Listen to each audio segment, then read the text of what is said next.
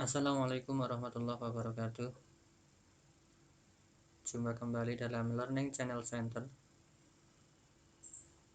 Kali ini kita akan membahas tentang perhitungan PPHOP dengan mekanisme NPPN atau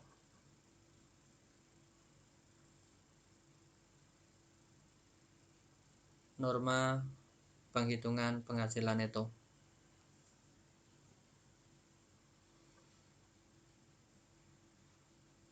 Langsung kita ke kasusnya saja.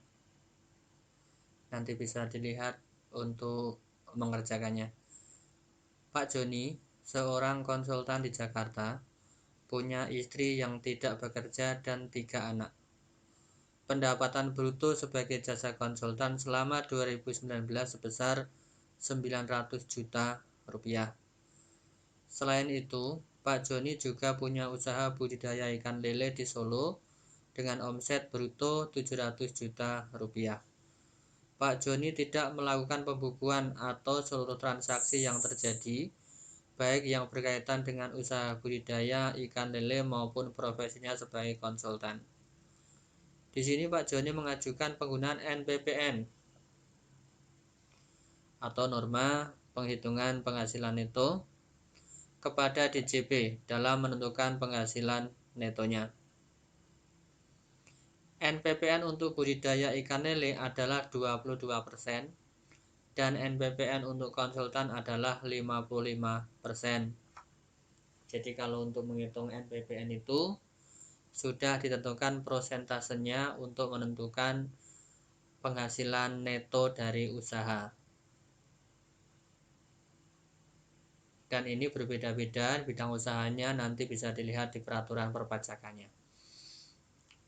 Dalam kasus ini bahwa Pak John ini mempunyai 2 usaha, pertama konsultan, kedua adalah budidaya ikan lele, di mana untuk NPPN budidaya lele itu adalah 22%, sedangkan untuk konsultannya adalah 55%. Baik, kita kerjakan di lembar berikutnya. Pertama, kita membuat kolom dulu, kolom untuk perhitungannya. Yang pertama adalah jasa konsultan, yang kolom berikutnya adalah budidaya lele. Nah, penghasilan bruto kita masukkan, yang jasa konsultannya adalah 900 juta, kemudian yang budidaya lelenya adalah 700 juta sesuai di soal. Kemudian NPPN, norma penghitungan penghasilan netonya.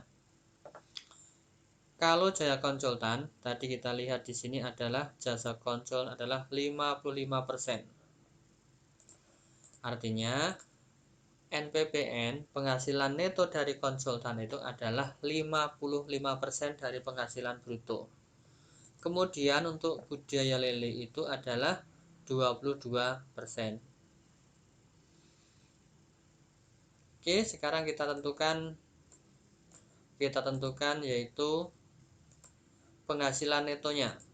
Jadi penghasilan netonya ini adalah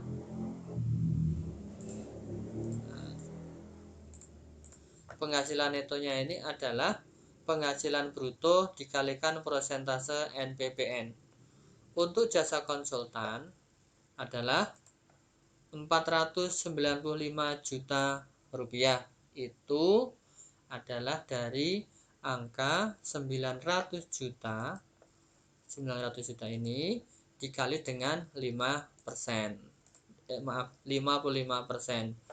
Kemudian penghasilan neto untuk budidaya lele adalah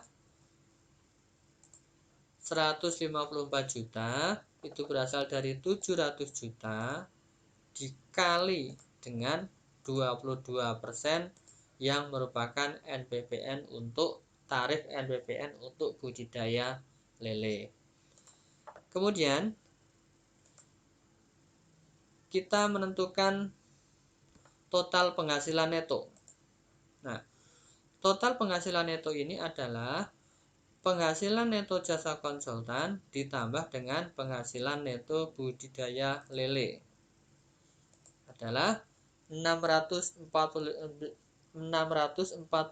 juta rupiah berasal dari 495 juta ditambah dengan 154 juta. Maka menghasilkan angka 649 juta rupiah. Oke, PTKP. Karena kita sudah mengetahui total penghasilan netonya, maka sekarang kita menentukan PTKP-nya. Dalam soal disebutkan bahwa Pak Joni seorang konsultan di Jakarta punya istri yang tidak bekerja. Jadi istrinya itu tidak bekerja. Dan 3 anak. Jadi mempunyai istri yang tidak bekerja dan 3 anak. Artinya Pak Joni ini statusnya adalah PTKP-nya adalah K3. Kita hitung. Untuk WP sendiri adalah 54 juta rupiah. Kemudian tambahan karena kawin adalah 4.500.000 rupiah. Kemudian ditambah dengan tanggungan 3. Karena dia mempunyai anak 3, Pak Joni ini mempunyai anak 3, maka dianggap tanggungannya adalah 3. Adalah 13.500.000. Ini berasal dari tanggungan. Setiap tanggungan adalah 4.500.000 dikalikan dengan 3. Yaitu hasilnya 13.500.000 rupiah. Kemudian total PTKP. Total PTKP-nya kita tuliskan di sini. Total PTKP-nya adalah 72 juta rupiah. Ini berasal dari angka ini. Angka PTKP ini kita totalkan.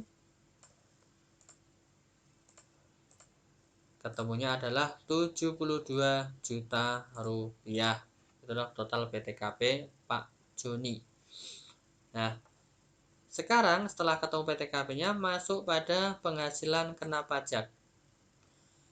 Penghasilan kena pajak ini adalah total penghasilan neto dikurangi dengan PTKP. Kurangi PTKP adalah 577 juta rupiah. Itu berasal dari total penghasilan neto sejumlah 649 juta rupiah dikurangi dengan 72 juta rupiah. Kemudian PPh terutang tahun 2019. Kita lihat penghasilan kena pajaknya adalah di atas 500 juta, yaitu 577 juta rupiah. Maka lapisan-lapisan untuk penghitungan pajaknya, pajak terutangnya adalah kita pakai semua, yaitu antara lain yang pertama adalah 5% dikali dengan 50 juta. Itu adalah lapis pertama, yaitu sama dengan 2.500.000 rupiah. Kemudian 15% dikali dengan 200 juta rupiah sama dengan 30 juta rupiah. Kemudian lapis ketiganya itu adalah 25% dikali dengan 250 juta adalah 62.500.000 rupiah. Karena ini penghasilan kena pajaknya itu di atas 500 juta, maka ada satu lagi tarifnya, yaitu angka 30% dikali dengan di atas 500 juta, yaitu 77 juta rupiah. Ketemunya adalah 23.100.000 rupiah. Nah, total PPh terutang adalah tinggal kita jumlahkan kita jumlahkan PPh terutang ini, lapisan-lapisan ini kita jumlahkan. Saya kasih tanda kuning. Nah, total PPh terutangnya adalah 118.100.000 rupiah. Ini angka ini adalah merupakan angka penjumlahan dari PPh terutang dengan lapisan-lapisan yang ada, yaitu 5%, 15%, 25%, 30%. Karena penghasilan kena pajak atas nama Joni ini mencapai angka 577 juta rupiah. Yang perlu diperhatikan adalah